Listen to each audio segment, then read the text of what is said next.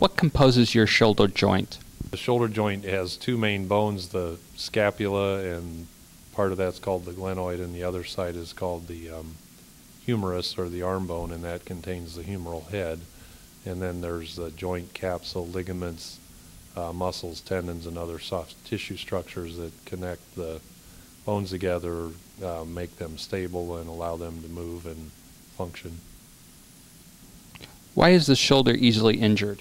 I think it's easily injured mainly for two reasons. Number one, with falls or traumas where the arm's involved, a lot of times the force of that injury will end up being directed up the arm to the shoulder, and the shoulder joint end taking most of the force and gets the worst part of the injury.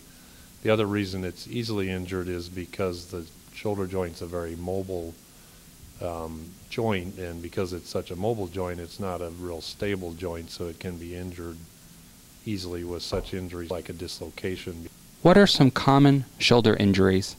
The most common condition or problem we treat around the shoulder is problems with the rotator cuff, which may be as simple as a tendonitis, bursitis, or an inflamed condition of the rotator cuff, or more, when it becomes a more severe or significant problem, it's a rotator cuff tear, and those can either occur from one injury, or they can occur from repetitive use or injury over time. The second most common probably group of injuries are more traumatic type injuries, which would be fractures around the shoulder joint, dislocation of the shoulder joint, or dislocation of the AC joint or acromioclavicular joint where the collarbone attaches to the shoulder. And then not really injuries, but less common problems are problems such as arthritis or degenerative conditions of the shoulder joint. How can a shoulder problem be treated? Depends on what the problem is specifically. If it's an acute injury with a fall or some sort of a sprain or strain, oftentimes just rest, ice, pain medication such as ibuprofen or acetaminophen.